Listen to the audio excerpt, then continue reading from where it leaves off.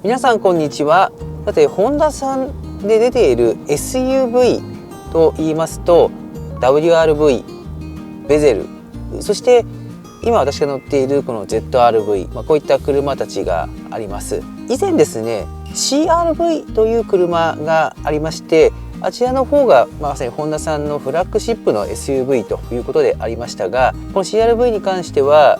今水素の燃料で走る車ですね、こちらの方は発売されていて法人向けに販売されているわけなんですけれども、海外の方では EHEV のモデルの方も出ていると。でこの CRV なんですけれども、まさにこの海外に出ている EHEV のモデルですね、これが日本の方でも出るのではないかという、そんなようなお話であったり噂とか、そういったものも出ているかと思います。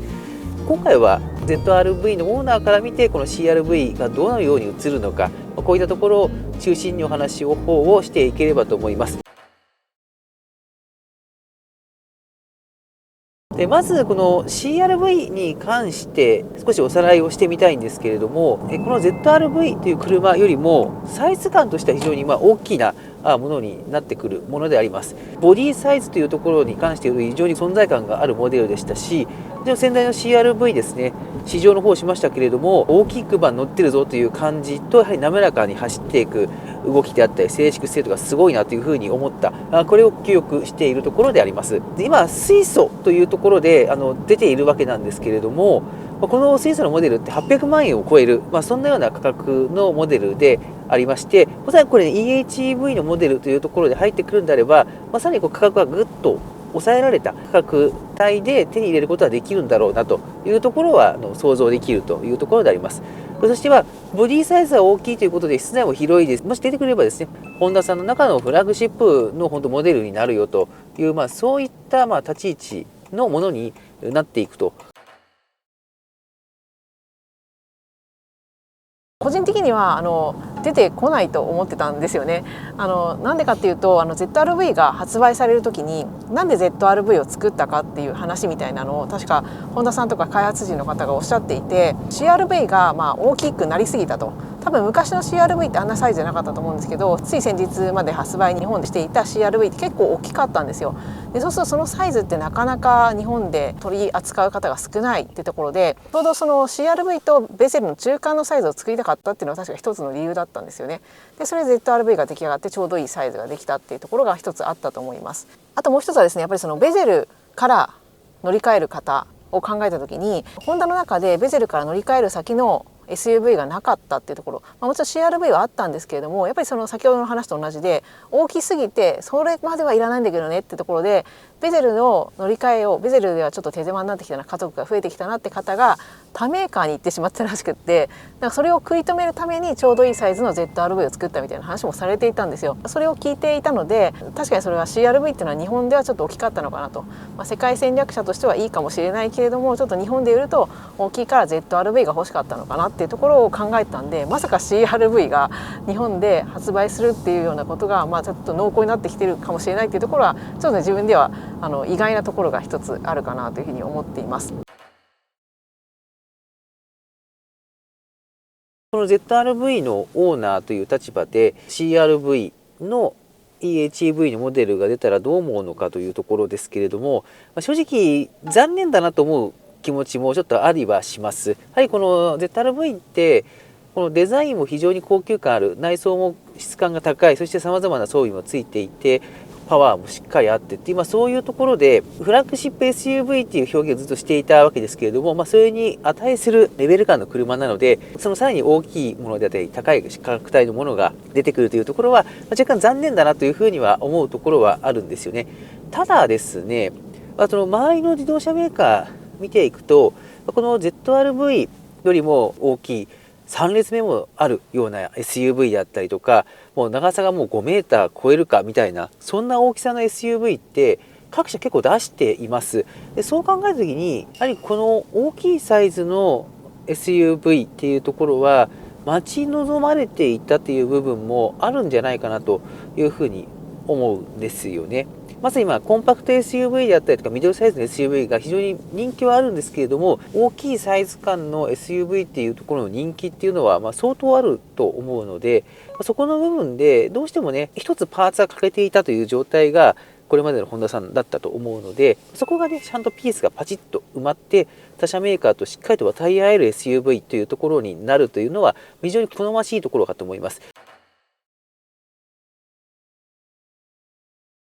それからCRV 自体のデザインもねやっぱり結構かっこいい感じになってるんですよね。前のCRV に関しても非常に力強いデザインで存在感すごかったんですけれども、少しスタイリッシュな感じというんですかね、そんな形でまさにSUV らしい雰囲気の見た目に海外の CRV もそうですし、今のこの国内の CRV も変わっていますので、 EHEV が出てくると結構ね人気が出るんじゃないかなっていうふうに個人的にはね感じる部分っていうのもあります。やはりこの SUV いろんなことに使えますし、そしてそれが大きくて室内空間も広くなってってなってくると、いろんな使い勝手もあるので待ち望んでいたっていう方もね非常に多いんじゃないかなというふうに思います。私自身は個人的な感想なんですけれども、CRV がまさにその国内で一旦販売が終わりましたと。でその後にスイスのモデルになりますけど、一応復活は国内はしているんですけれども、EHEV のモデルっていうのが出ていない状態がずっと続いていましたと、そういった状況だったわけなんですけど、そもそもCRV に関してはフルモデルチェンジ版を速やかに出してもよかったんじゃないかなと思っている方ですので、今回この CRV がEHEV に出るということであれば非常に望ましいと、そもそも水素を出しているっていう時点でそこはもう予定していたことだとは思うんですけれども、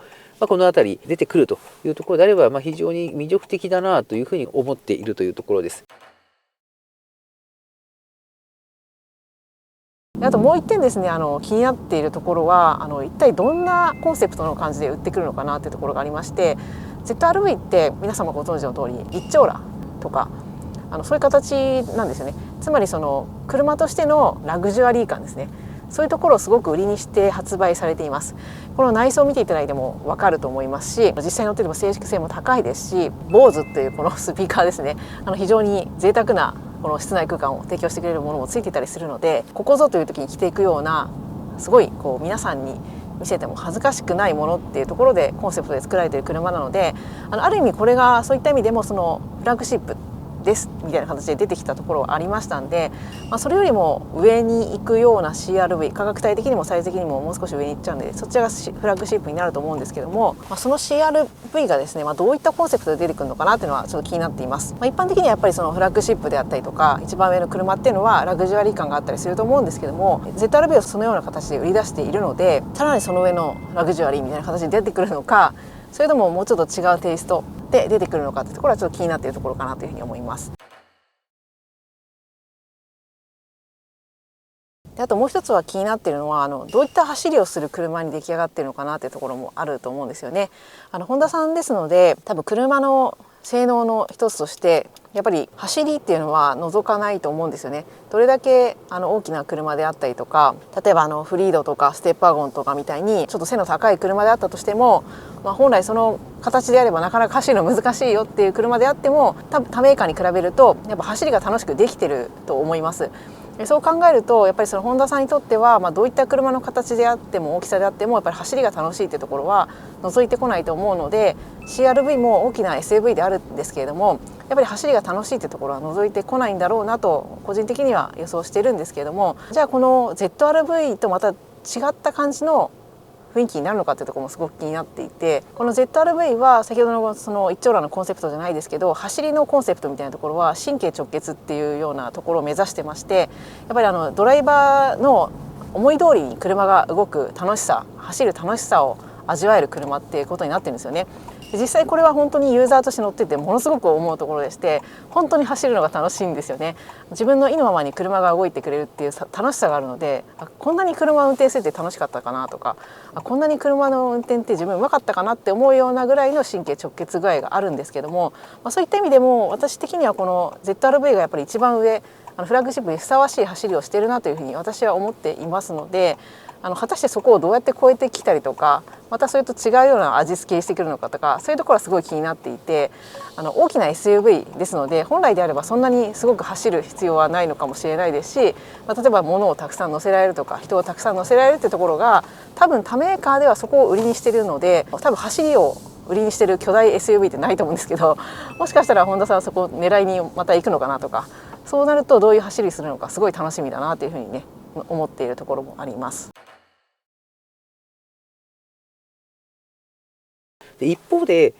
おそらく今の ZR-V をお乗りの方の中には先代の CR-V からこの ZR-V に乗り換えられた方っていうのも非常に多かったんじゃないかなとも思っております。で仮にこの CR-V の EHEV モデルが出た場合、皆さんどうされますかと、買い替えとかされますかというところはちょっと気になるポイントでもあります。というのも私この ZR-V 乗っていてとてもね正直満足して乗れているというのが今乗っていての正直感想でありまして、とてもねやっぱりこの ZR-V いい車だなというところを感じているというところであります。ですのでその積極的に買い替えようとか感じるポイントっていうのはあんまりないんですよね。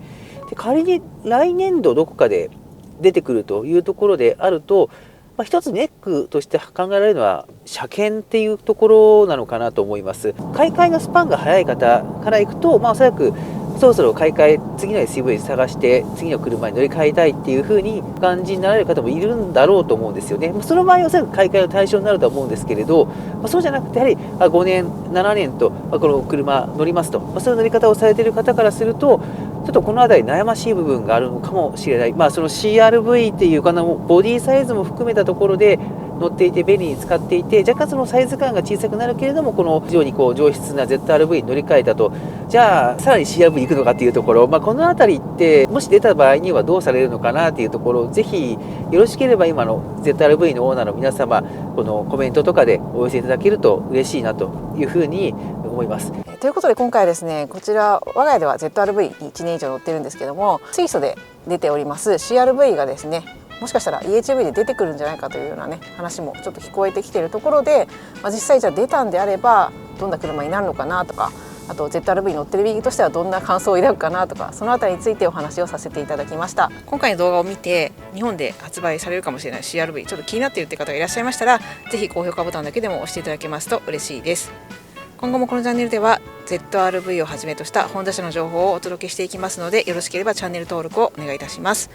ここまでのご視聴ありがとうございました。